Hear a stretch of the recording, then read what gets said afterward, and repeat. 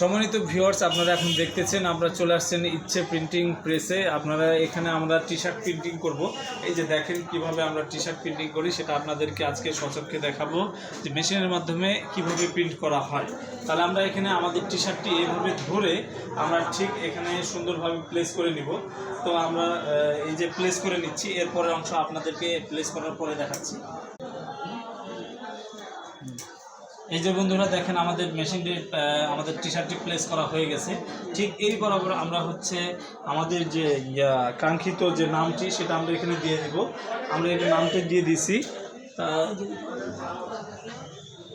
এরপরে আমরা নাম্বারটি দিব। এখন নাম্বারটি আমরা দেখতে পাচ্ছেন যে নাম্বারটি এভাবে ঠিক এখানে প্লেস করে দিলে এরপরে আমরা এখানে 30 সেকেন্ড ওয়েট করলে আমাদের প্রিন্টিংটা হয়ে যাবে।